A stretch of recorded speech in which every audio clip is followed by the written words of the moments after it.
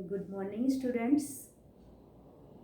जैसा कि आप जानते हैं कि कोरोना की तीसरी लहर के कारण इसको देखते हुए आपके स्वास्थ्य और सुरक्षा को ध्यान में रखते हुए आपकी ऑनलाइन क्लासेस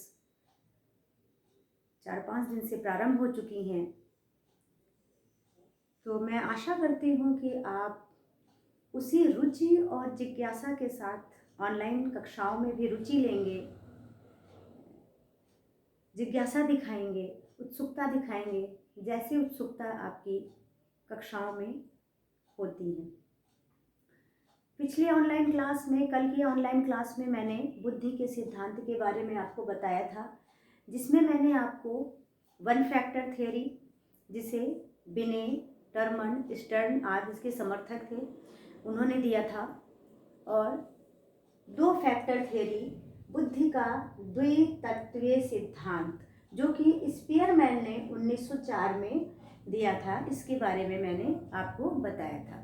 थोड़ा सा रिवाइज करते हुए फिर इन्होंने जो दो फैक्टर बताया था, दो कारक बताया था, उसकी विशेषताओं को हम जानेंगे।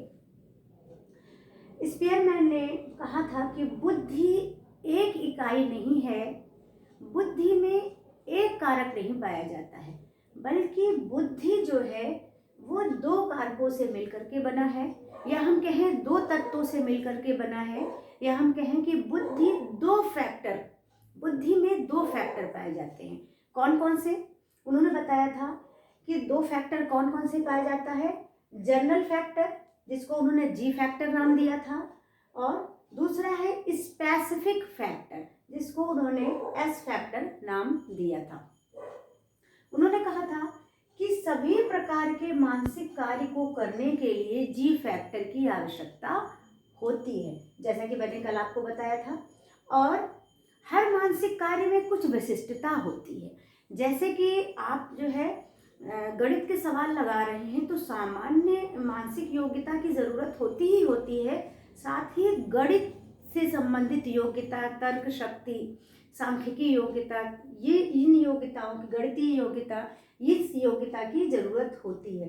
तो उन्होंने कहा कि सभी प्रकार के मानसिक कार्य को करने के लिए सामान्य योग्यता की ज़रूरत होती है, और विशिष्ट कार्यों को करने के लिए सामान्य योग्यता के साथ साथ विशिष्ट योग्यता की भी ज़रूरत होती है। कल मैंने आपको इसके डिटेल से बताया था। ये जो सर्कल है यस और जी, ये देखिए जी फैक्टर है और ये यस फैक्टर है। तो ये दिखाई दे रहा है आपको कि ये जो ये सर्कल है, ये जी फैक्टर जी वाले सर्कल को ओवरलैप कर रहा है। इसका मतलब कि जो विशिष्ट कार्य है उसको करने के लिए सामान्य योग्यता की भी ज़रूरत होती है। इस प्रकार उन्होंने स्पष्ट किया था कि बुद्धि दो कारकों से मिलकर के बना है। अब ये जी फैक्टर, एस फैक्टर की उन्होंने कुछ विशेषताएं भी बताई थी। सबसे पहले हम देखते हैं जी फैक्टर की क्या क्या विशेषताएं हैं, जी कारक की क्या विशेषताएं हैं।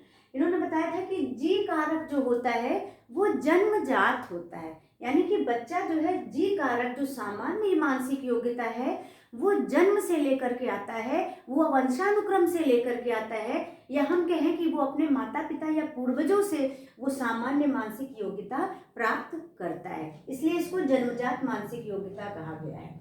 दूसरा इन्होंने कहा है जी फैक्टर के बारे में, दूसरी विशेषता बताई है कि इस पर शिक्षण, प्रशिक्षण, अनुभव आदि का प्रभाव नहीं पड़ता है। कहने का तात्पर्य है, क्योंकि इसको पहले से जोड़ते हैं, पहले वाले बिंदु से, क्योंकि ये जन्मजात है, क्योंकि बच्चा ये वंशानुक्रम से लेकर के आता है सामान्य मानसिक योग्यता जी फैक्टर, तो इसलिए उस पर किसी प्रकार का शिक्षण, प्रशिक्षण, अनुभव आदि का प्रभाव नहीं पड़ता है।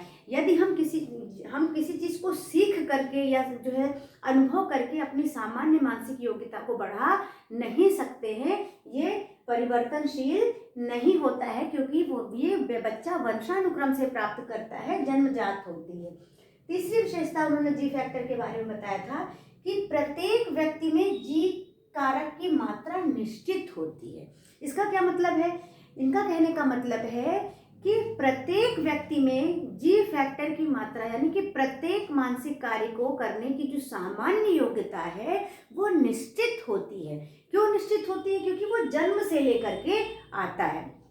यानी कि निश्चित का मतलब ये नहीं है कि प्रत्येक व्यक्ति में समान होती है। कहने का तात्पर्य ये बिल्कुल भी नहीं है कि जी फैक्टर की मात्रा सभी में समान होती है, ऐसा नहीं है। बल्कि चूंकि बच्चा अपने वंशानुक्रम से लेकर के आता है और उस पर शिक्षण, प्रशिक्षण, अनुभव आदि का प्रभाव नहीं पड़ता है, इसलिए जो भी वो जितना भी लेकर के आता है वंशानुक्रम से, उसकी मात्रा प्रत्येक व्यक्ति में पहले से निश्चित होती है, उसमें परिवर्तन नहीं किया जा सकता है। जैसे राम ने अपना वंशानुक्रम से जी फैक्टर या सामान्य मानसिक योग्यता 60% लेकर के आया, और श्याम जो है अपने वंशानुक्रम से या अपने जन्म से ही जो सामान्य मानसिक योग्यता है वो 70% लेकर के आए। तो उसकी मात्रा निश्चित होती है, क्योंकि उसमें परिवर्तन संभव नहीं है। किसी प्रकार की शिक्षा से या प्रशिक्षण से उसमें परिवर्तन सामान्य मानसिक योग्यता में नहीं किया जा सकता है। इसलिए प्रत्येक व्यक्ति में जी कारक की मात्रा निश्चित होती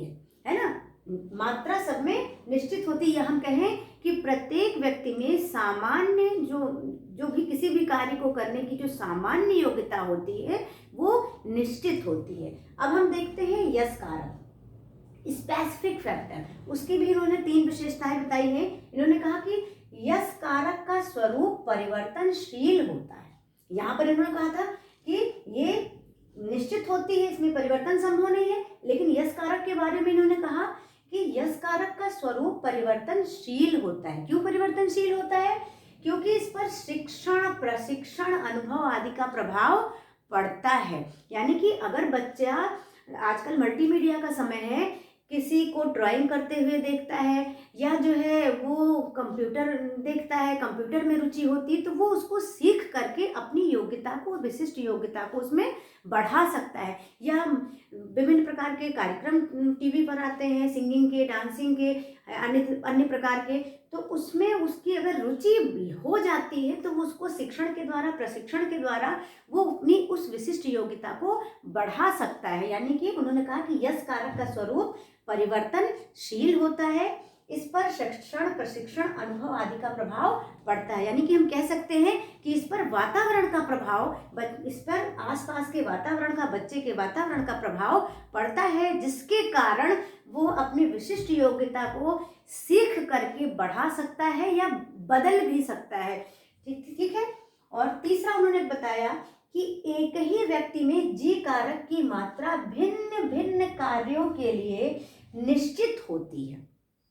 इसको इस तरह से समझते हैं कि एक ही व्यक्ति में जी कारक की मात्रा भिन्न भिन्न कार्यों के लिए निश्चित होती है। मान लीजिए एक व्यक्ति राम है ना, वो गाना गाने की भी योग्यता रखता है, पेंटिंग की भी योग्यता रखता है, मैथ्स की भी उसमें योग्यता है, इंग्लिश पढ़ने की भी योग्यता है। लेकिन सब जो ये विशिष्ट योग्यताएं हैं वो उसकी मात्रा अलग अलग है।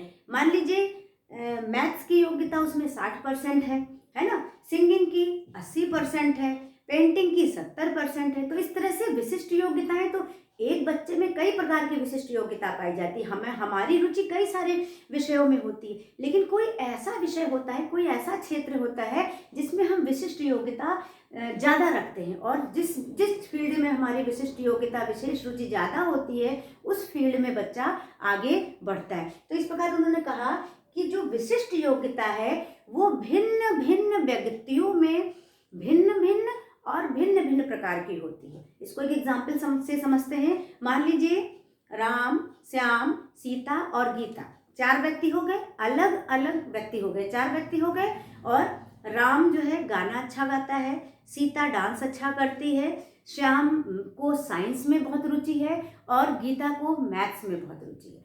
तो 4 व्यक्ति हो गए, भिन्न भिन्न व्यक्ति, और उनकी विशिष्ट योग्यता भी भिन्न भिन्न है। मतलब सभी की योग्यताएं अलग अलग हैं और भिन्न भिन्न मात्रा में भी होती हैं। यानी कि राम में भी गाने की योग्यता, ड्राइंग की योग्यता, मैथ्स की योग्यता, साइंस की योग्यता हो सकती है, लेकिन वो योग्यता उसमें कम हो सकती है, और सिंगिंग की योग्यता ज़्यादा हो सकती है। तो इस प्रकार उन्होंने स्पष्ट किया कि जो विशिष्ट योग्यता है वो भिन्न भिन्न व्यक्तियों में, यानी कि अलग अलग व्यक्तियों में अलग अलग होती है, और उसकी मात्रा भी अलग अलग होती है।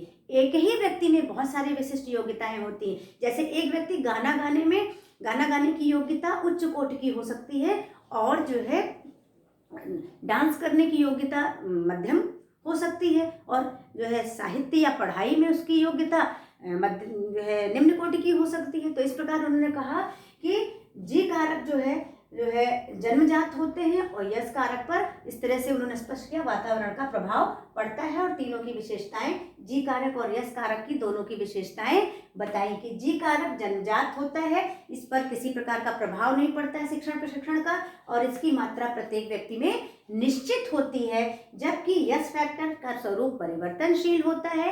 क्यों? क्योंकि उस पर वातावरण का प्रभाव पड़ता है, शिक्षण प्रशिक्षण का प्रभाव पड़ता है, और इसकी मात्रा भी भिन्न भिन्न व्यक्तियों में भिन्न भिन्न होती है और भिन्न भिन्न प्रकार की होती है।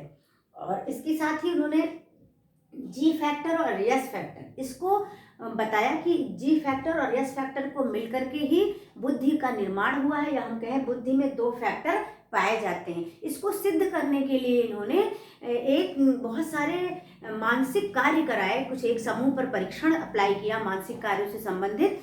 तो एक परीक्षण अप्लाई किया मानसिक कार्यों से संबंधित, जिसमें जो है स्मृति योग्यता, तर्क योग्यता और किसी कार्य को जो बुद्धि से संबंधित थे वो बहुत सारे कार्य कराए, और उन मानसिक कार्यों से जो रिजल्ट प्राप्त हुआ उसमें सहसंबंध ज्ञात किया। तो सहसंबंध में उन्होंने पाया कि उस विभिन्न मानसिक कार्यों में जो सहसंबंध था वो उच्च और धनात्मक था। सहसंबंध का जो प्रसार होता है +1 से लेकर के -1 तक होता है। तो सहसंबंध जो है उच्च और धनात्मक था। तो इस प्रकार उन्होंने स्पष्ट किया कि कोई ऐसी मानसिक योग्यता, कोई ऐसा फैक्टर है जो सभी प्रकार के मानसिक कार्यों में समान रूप से कार्य करता है। और इन्होंने ये भी स्पष्ट किया क्योंकि सहसंबंध पूर्ण नहीं था, उच्च और धनात्मक तो था लेकिन सहसंबंध पूर्ण नहीं था। तो इससे उन्होंने ये भी स्पष्ट किया कि यस फैक्टर के बारे में उन्होंने स्पष्ट किया कि कोई ऐसी योग्यता है जिसके कारण जो है सहसंबंध पूर्ण नहीं हुआ। अगर केवल बुद्धि में जी फैक्टर पाया जाता तो सहसंबंध विभिन्न मानसिक जो परीक्षण अप्लाई किए थे उसमें सहसंबंध पूर्ण आता। सहसंबंध पूर्ण ना होना यस फैक्टर को इंडिकेट करता है, और सहसंबंध उच्च और धनात्मक होना जी फैक्टर को इंडिकेट करता है। इस प्रकार इन्होंने स्पष्ट किया था कि बुद्धि दो फैक्टर से मिलकर के बना है, जी फैक्टर और यस फैक्टर। आज के लिए बस इतना ही। धन्यवाद।